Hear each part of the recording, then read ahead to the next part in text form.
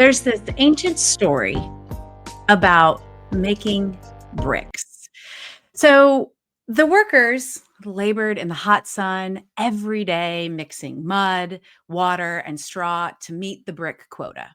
And the workers asked for a time of rest. So basically, a couple days of vacation. And the king said, "Pfft, these lazy workers, I'm going to show them." And so he took away the straw but still required the workers to meet the brick quota and quality. Essentially, the workers had to maximize and meet production levels without the necessary resources.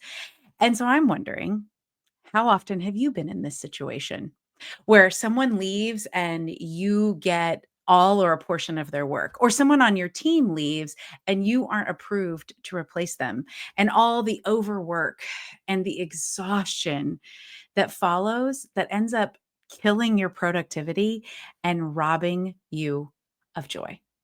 So, today on the Joyosity podcast, we are going to be talking about why we are having this happen at this point in history, why joy should be your key performance indicator, and 3 ways you can cultivate joy and start creating change. So, welcome to the Joyosity podcast. I'm so glad you're joining us.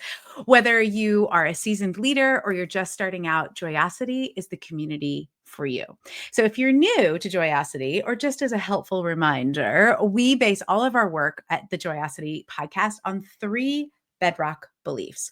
1, true leadership requires more than just surface level strategies. It requires a profound commitment and connection to everything that makes us human. 2, we use genuine curiosity so we can create positive culture with all those complex people that you work with, because that's all you got. And 3, joy is the heartbeat of a healthy leader and a healthy organization. So we're putting joy and fun at the center of everything that we do. So every week, we're going to bring you dynamic conversations and experts and leaders sharing not just a couple tips and tricks, but really equipping you to build a movement with you based on hard-won wisdom, real life experiences, and leading research. So I'm Jen Whitmer, international speaker, leadership consultant, and all around joy bringer, hosting you and guiding us along the way. So get your pens and papers ready for today. I've got some great things to share with you, a little bit of meaty research, and some action items for you. So if you've got your multiple beverages, I've got mine today. Let's dive in. So it is unlikely that you are making bricks. So, I mean, if you're here live, tell me in the comments if you're making bricks. I doubt that you are. But it is likely that you are in a corporate culture or an organizational culture that's been influenced by Milton Friedman that makes it feel like you're making bricks without straw. So, if you don't know who that is, let's say you have opened the September 13th issue of the New York Times Magazine in 1970. You would have seen the Nobel Prize winning economist essay that argued that the central purpose of a business is to maximize shareholder value, and that business had no other social responsibility. So, for the last 55 years, we have seen the negative impact of that argument on workers, employees, families, and communities. Friedman's premise shifted the role of the leader to incentivize downsizing, cost cutting, and short term financial gains, rather than considering the long term investments of the worker, the customer, and the community that ultimately create more profit. And CEOs and other leaders have been paid obscenely for that shift. According to the Economic Policy Institute, from 1978 to 2023, top CEO compensation increased 1,085%. Yes, 1,085%, compared with a 24% increase in the typical worker compensation. That's the impact. And in 2023, CEOs were paid 290 times more than the typical worker. In 1965, before the essay, they were paid 21 times more than the typical worker.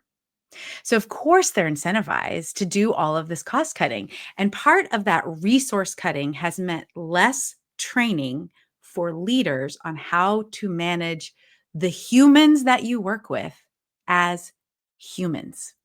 So, all the things that make work difficult communication, workload, purpose, time off, matching skills to roles, a proper amount of people to do the work those are all under the control of the direct manager. And in fact, the direct leader has more impact on the mental health of employees than your doctor or your therapist. And in 1990, 20 years after Friedman's essay, 30 to 40% of workers reported workplace anxiety. That's still a third and a significant amount. But currently, as of the latest research in 2024, 83% of American workers experience significant workplace anxiety. And so much so that that stress impacts their life outside of work, every other relationship, their spouse, their kids, their family, their communities. This building bricks without straw is costing all of us. And so that's how we got here. So we need to shift away from the sole social responsibility is to shareholder profit and make joy the key performance indicator in your business. And that is going to be profitable to you. So why joy? So we hear a lot about employee engagement, increasing productivity. But engagement doesn't have a lot of meat to it. Engagement is the lagging indicator of joy at work. So basically, employee engagement is the symptom of joy at work, not its cause. And research shows that when joy is the center of your work, here's what this does for you as the leader, but also the rest of your team. You are 31% more productive, and your team performance increases by 25%. So we got here because we shifted away from understanding the long term impact on workers and only thinking about shareholders. And so the way we get out is by putting joy back at the center. That joy, as the heartbeat of an organization and of a healthy leader, means you actually get what you want in the profit. And we no longer will have this in such intense increase of workplace anxiety. So, I got to get to a how. I do love a good history story, but here are three ways that as we start this year, you can begin to cultivate joy as the center of your work. So, I was sitting actually right here at this desk with my son right here. He's not here now. You're imagining him. A couple summers ago, and he was helping me send out my weekly newsletter that's now called the Jolt of Joyosity. And he was learning how to put it into the email system. So I write and he's doing that. And so we're working on this process, and he was getting a little frustrated because it wasn't super quick. And I paused for a second and told him a story that I had heard from a client. So a client had used one of the resources in my newsletter. And she said, here's what happened. She started describing the difference that it made for her team, just this one little resource, and how that had then impacted their work with a client that they ended up earning this big account. And so it made such a difference in their team. She had reached out to me. And so I was telling my son Chase this story because the work that he was doing had incredible purpose. It wasn't just putting words into Active Campaign, which is the email system. It had a deeper impact on real people. So, one of the first things that you can do to cultivate joy at work is understand the purpose of your work. We as humans naturally want purpose. As I say that, you just intrinsically know that you want purpose of some kind. And the opposite of joy isn't work. The opposite of joy is meaningless work that we call toil. So You as a leader have to understand the deeper meaning and purpose of your work in order to also help the people around you understand the deeper meaning and purpose to your work. That starts to create a bigger understanding and a bigger vision of the meaning, what could be feel like meaningless tasks. But once we connected, oh, the purpose of putting this email in this exact way so it gets opened is so that people read it. So then they use the tool that it has an impact on like, do you see the connection? So whatever that is for you, you have to understand the deeper meaning and purpose of your work and connect it to your daily tasks. So, the second thing that you do is know where you contribute the best and where your weaknesses are, and then help learn the same about your employees. One of the indicators of joy at work, one of the ratios that as I've been researching for my book that I continually find is that when you spend 35% of your time in work that is meaningful, in your place of joy, it fits your personality, it matches your skills, and you have the resources to manage it, meaning time, tools, etc. When you spend 35% of your time in that kind of work, that is what it takes to experience joy at work. And only 10% of your time in work that feels like toil. Because here's the thing, there will always be work that feels like toil. um, but when you understand what feels like joy to you, then and what feels like joy to others, that's how you start to manage and create a workplace that feels like joy. So, for example, I do not love record keeping. It is not my favorite thing, but when you own a business, particularly an S corp like I do, you have to have very particular bookkeeping. And that is like toil to me. Not only am I not personality wise matched really well for that, it is not in my skill set, even though I have 3 master's degrees and think none of them have to do with that particular skill set of bookkeeping, finances, CPA, none of that. It doesn't, and I don't really have not only the skill set resources, the time that it takes because I don't have those skill sets is so much more.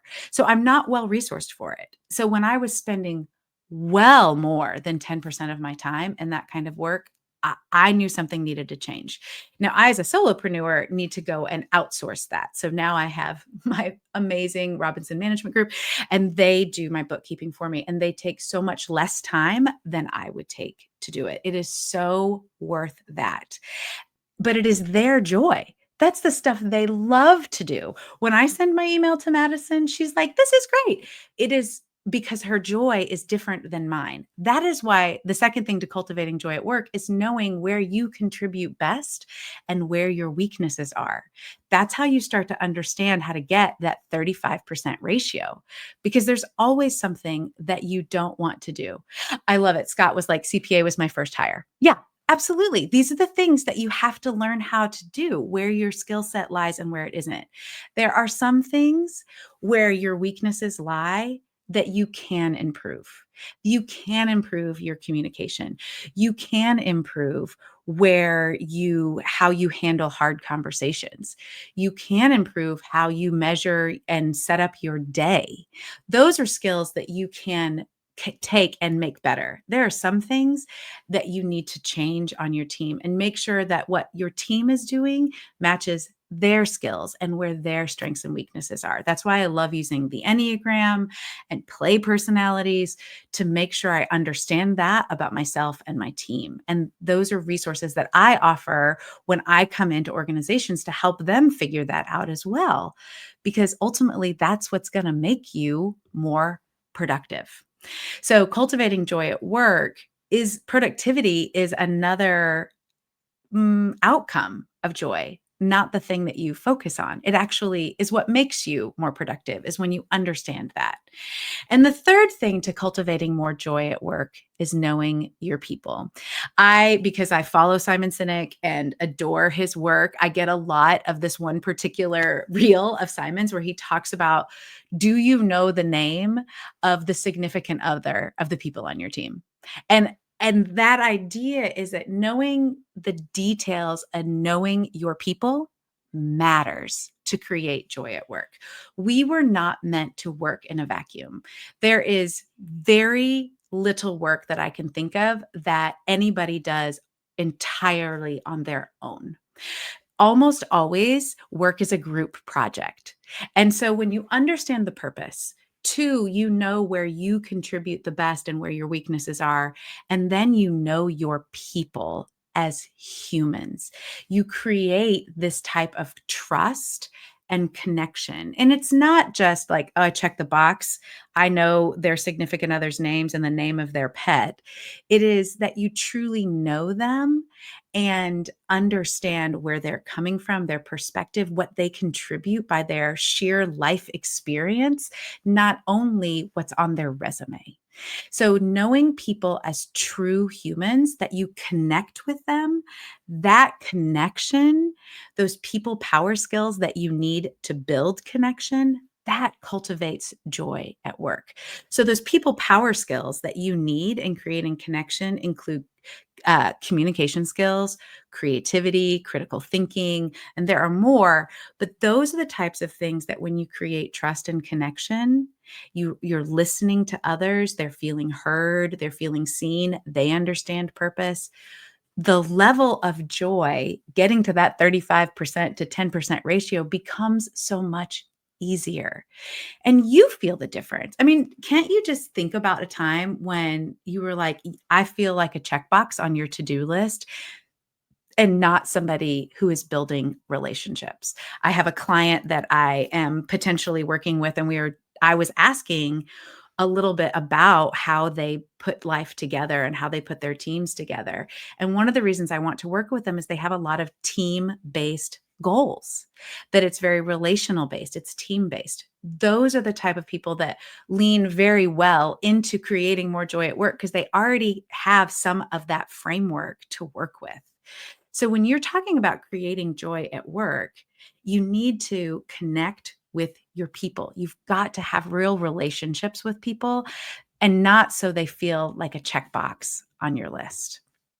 So, as you're thinking about creating joy at work and you're listening to this podcast, so you're like, okay, well, I need a little bit more. Of course you do. There's only so much we can do on, in this format. So, for everyone, one of the ways to help you find more joy at work, I have the Joyosity Explorer map. And you can find that at jenwhitmer.com/Joyosity Explorer, Joyosity Explorer. And so we'll put it in the show notes. I'll try to see if I can get it on the live in the comments. But if you go to jenwhitmer.com/Joyosity Explorer, it's a map that takes you through a set of exercises that helps you really hone in on the things that bring you joy, the things that drain you joy, and help you take some next steps. And that's a map to help you find that. The next thing that I have to offer may not be for everyone, but it is also a free resource called the Clarity Over Chaos Workshop. And it's only available right now in January of 2025. So if you're listening to this podcast after that, email me at jen@jenwhitmer.com and I'll make sure I can get you something. But right now, I have the Clarity Over Chaos Workshop. And you can find that at jenwhitmer.com/clarity workshop.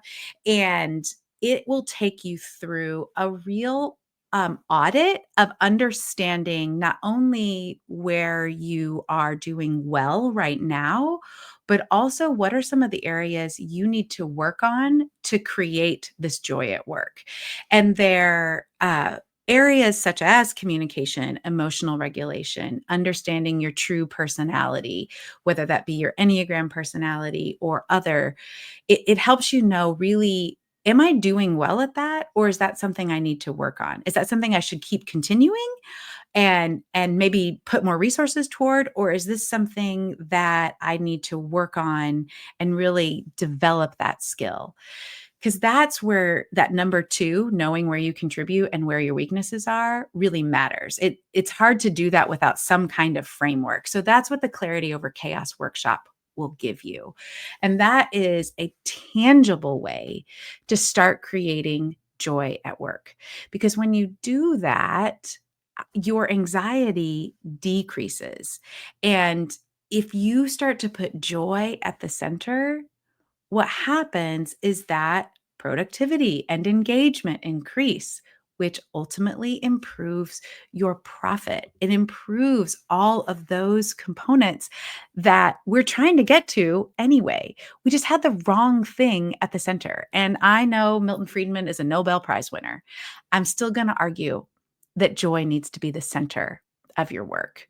Because here's the funny thing about those bricks without straw. What straw does to a mud brick is make it stronger. Essentially, when the king removed the straw, he made an inferior product by removing the resources for his workers. He made the work meaningless, or at least less meaningful. So let's not repeat that mistake. And I think that's what we've been doing for the last 55 years. Cultivate joy at work. Put it at the center. 1, know your purpose. 2, know where you contribute the best and where your weaknesses are. And 3, know your people. Create connection and trust. This is the way we start to make positive culture by dealing with all of those complex people, because you've got tangible ways to do it. So if you're looking for the Joyosity Explorer map, you can find that. If you're looking for the Clarity Over Chaos workshop, which I highly recommend, you can go to jenwhitmer.com/clarity workshop and find that. Those are tangible ways that you can start today to invest in yourself and in your people to create the joy at work that really matters. So I hope that you can do some of that today, because I know that it's going to build a stronger you and a stronger business all around. So let me put my coach hat on for just a moment. Don't just leave this here. Take a moment. What did you learn? What's your next tiny action step? Share this episode with someone and tell them what you're going to do. Check the show notes for all the links and connect with us on LinkedIn and all the other socials, or just drop me an email at jen, with 2 N's, at jenwhitmer.com. We want to keep this conversation going with you.